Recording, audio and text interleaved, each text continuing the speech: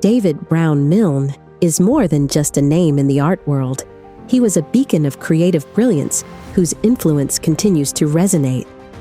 As one of the most celebrated North American artists of the first half of the 20th century, his work was not only seen, but felt, leaving an indelible mark on the canvas of art history. Despite the loss of many of his works over the years, Milne's lifetime output remains astonishing. He created nearly 3,000 paintings, along with an equal number of drawings and prints, each one a testament to his enduring creativity and unwavering dedication to his craft.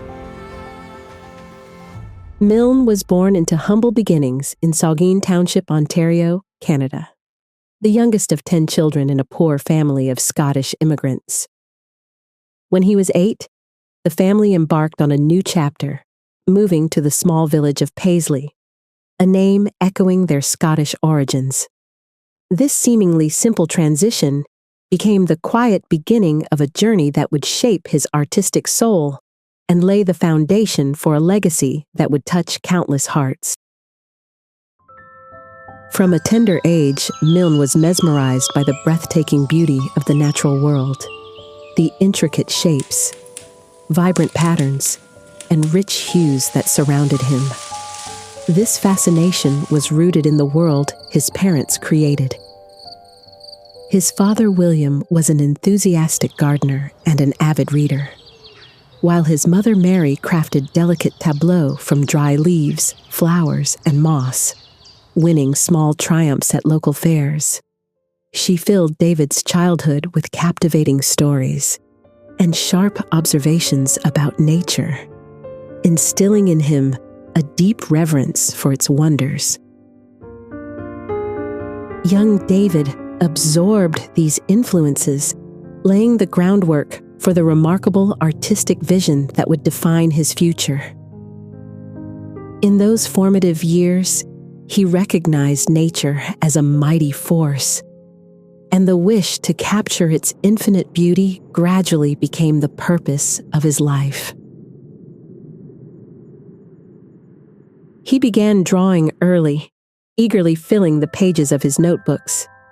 Yet despite this passion, he later admitted that drawing was the only subject he had ever failed. Technical rules, perspective, replication meant little to David.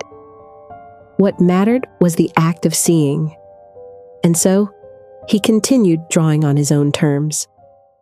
In senior school, Milne was recognized as a student of exceptional ability, and in 1900 he entered a teacher's course. He soon began teaching at a rural school near his hometown, excelling for 3 years. But teaching was a duty, drawing was a calling, and the calling grew louder. "In my spare time, I did a little painting," he remembered. "I painted one picture taken from a photograph in a book. The color was my own.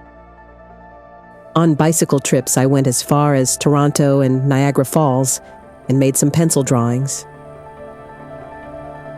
In 1899, David Milne took a pivotal step by enrolling in a correspondence art course offered by a school in New York.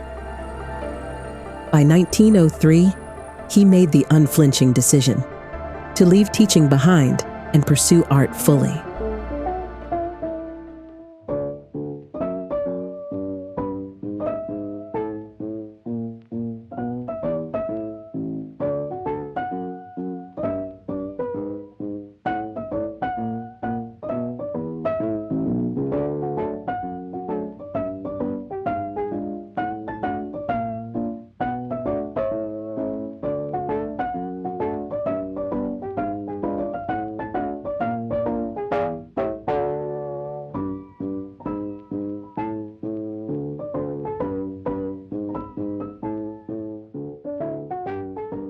Driven by passion, he traveled to New York and continued his studies at the very same school where he had first learned by mail, the Arcade School, determined to turn distant lessons into lived experience.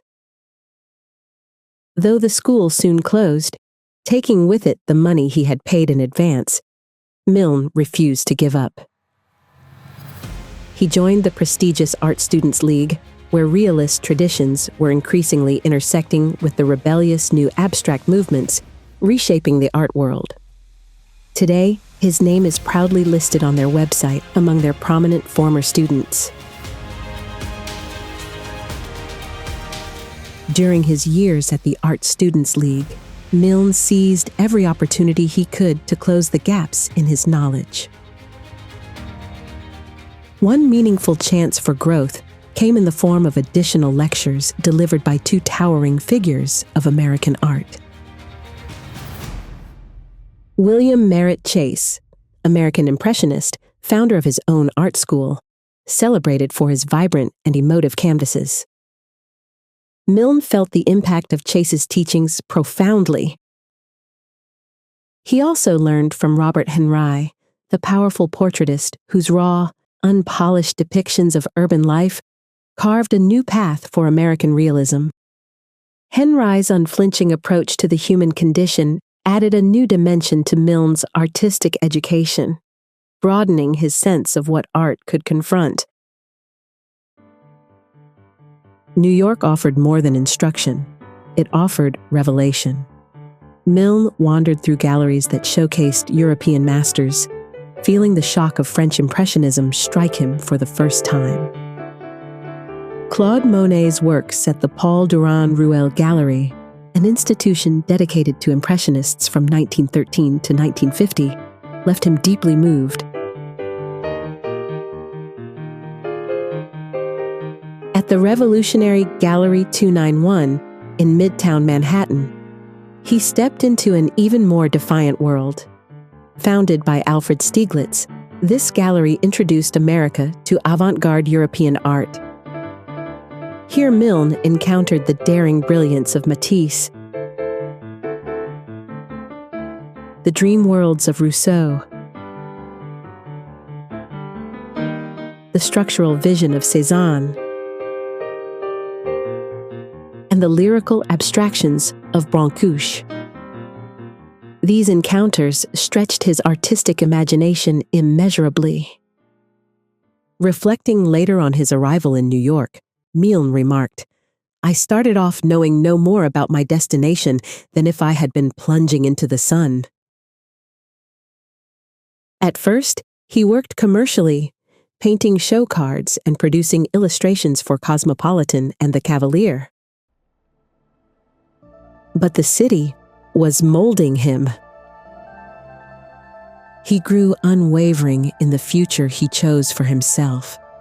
"I would rather be dead than not paint," he said. New York was alive with energy, political, architectural, intellectual. The pulse of modern creation coursed through the streets, and Milne absorbed all of it. Recognition followed. Milne regularly exhibited with galleries and art societies, but everything changed in 1913 with the Armory Show, the first great international exhibition of modern art in North America.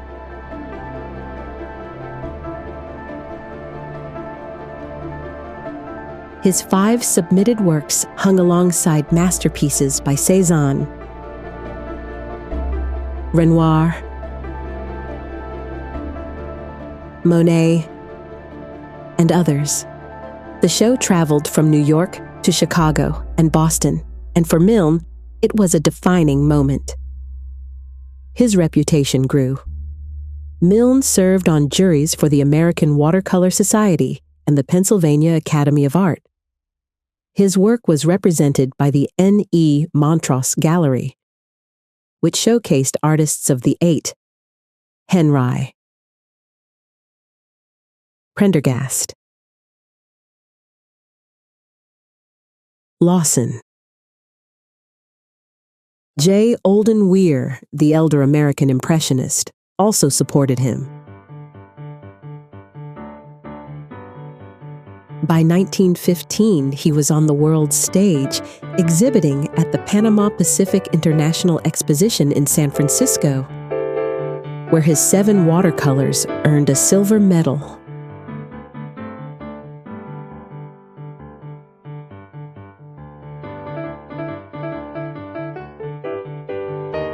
That same year, Milne befriended James Rene Clark, a leading advertising artist who championed Milne's work for years. Their letters became a private journal for Milne, a space where he poured out his ideas, his painting theories, and his plans. Experimentation defined Milne's art in a period marked by restless discovery. Watercolor, oil, pastel, etching, he mastered them all. From 1906 to 1915, he participated in 38 exhibitions, engaging fully with the era's dynamic art scene. Monet and Cézanne, the Impressionists, profoundly influenced him. Their mastery of color and atmosphere, urging Milne toward bold new modes of expression and innovative techniques.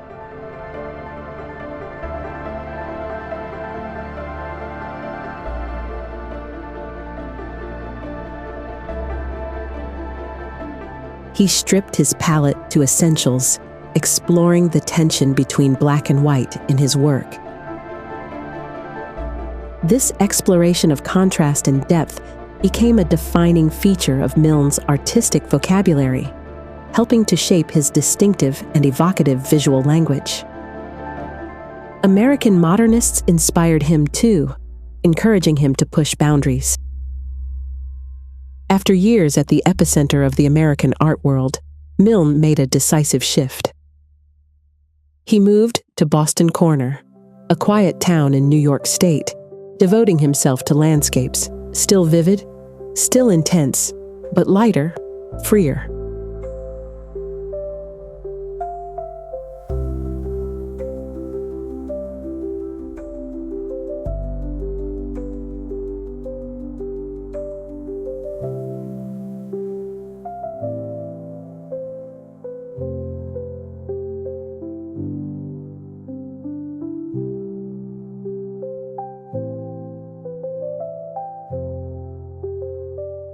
Yet the war in Europe, the First World War, gnawed at Milne, splintering the fragile calm he had built around himself. In 1917, he enlisted in the Canadian Army and was soon commissioned by the Canadian War Memorials Fund as a war artist. His mission: to portray the somber aftermath of conflict, its shattered terrain, and the enduring spirit of Canadian soldiers who had fought and died.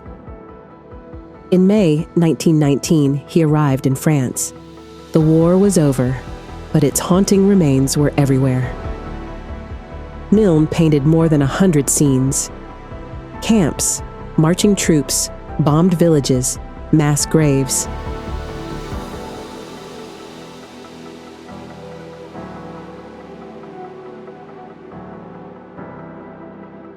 His watercolors, quiet, devastating, were later exhibited in London. Critics called him a provocative designer of the rarest distinction. Returning to Boston Corner, he found himself gripped by a deep and disquieting unrest. The horrors he had witnessed left him questioning whether art could ever mend such destruction. He longed instead for the solace of nature's untouched silence. Milne roamed the Catskills, the Berkshires, the Adirondacks, yet his heart pulled him north toward Canada.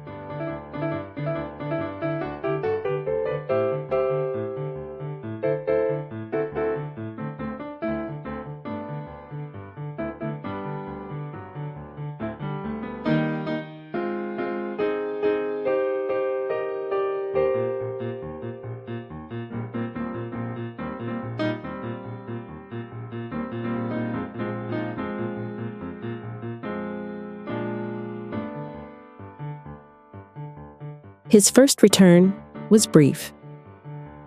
In 1923, he rented a cheap studio in Ottawa with large windows and sweeping city views.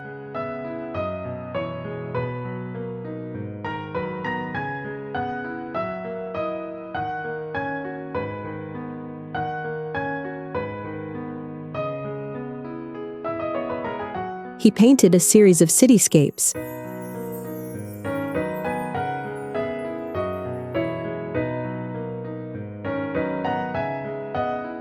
some acquired by the National Gallery of Canada. Though financial struggles persisted, even an exhibition of 95 watercolors in Montreal brought no improvement. Eventually, he left Canada again.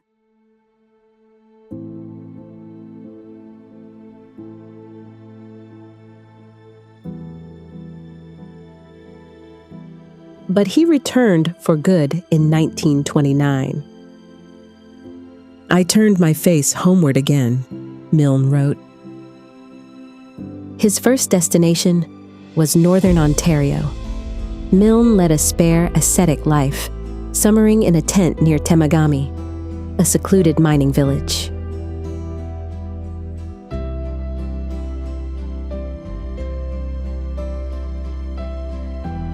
Amid rugged wilderness, he painted abandoned mines, industrial scars, and slowly, unexpectedly, found that what once seemed bleak now revealed its own kind of grace. Warmth returned to his palette. Color returned to his soul.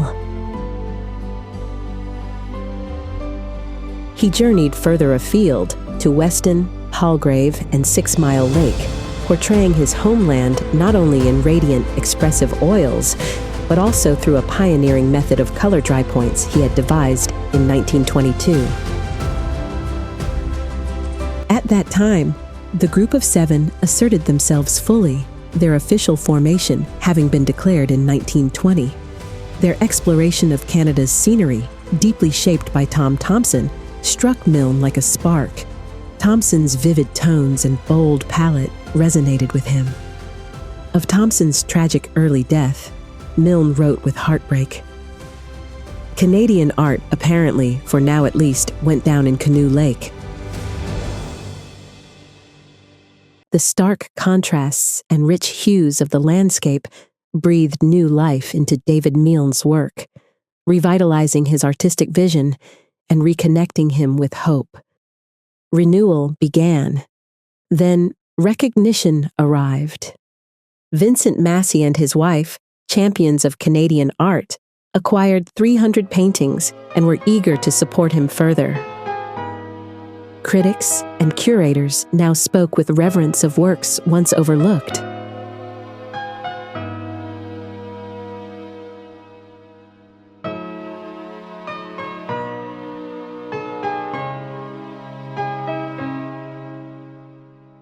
A chance meeting with a young Alan Jarvis at Milne's first personal exhibition proved pivotal.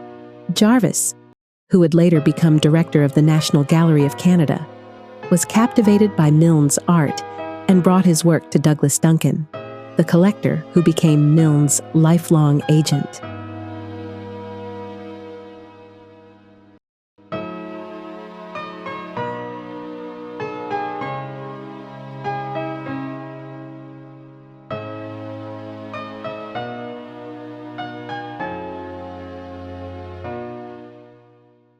Pleasant and cozy Uxbridge, Ontario, served as Milne's new home. The family rented a house with a garden, and Milne obtained his first dedicated studio at 26 Brock Street West. Today, a plaque marks the site, David B. Milne's Painting Place. From 1940 to 1947, the artist painted on the 3rd floor of this building.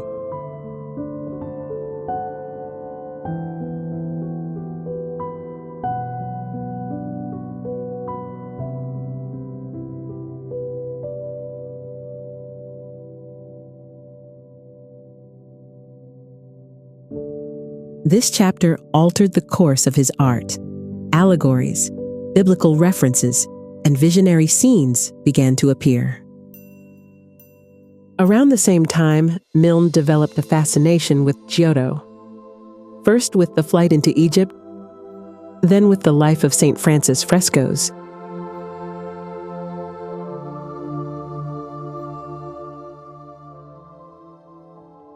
His inspiration shifted inward, turning from the world around him to the landscapes of his own mind for the subjects of his paintings.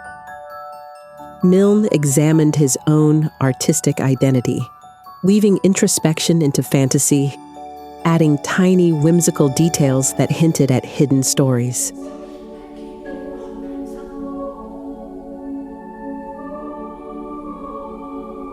His final, unfinished painting, Tempter with Cosmetics 5, remained on his easel after his death.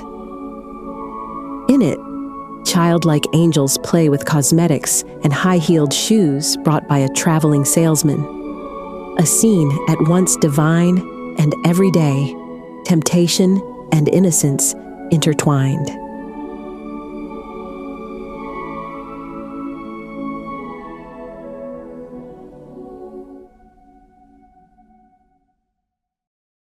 On November 14, 1952, Milne suffered a stroke that ended his ability to paint. His health declined, and on December 26, 1953, he passed away in Bancroft, Ontario, leaving behind a legacy forged through wonder, struggle, discipline, and vision.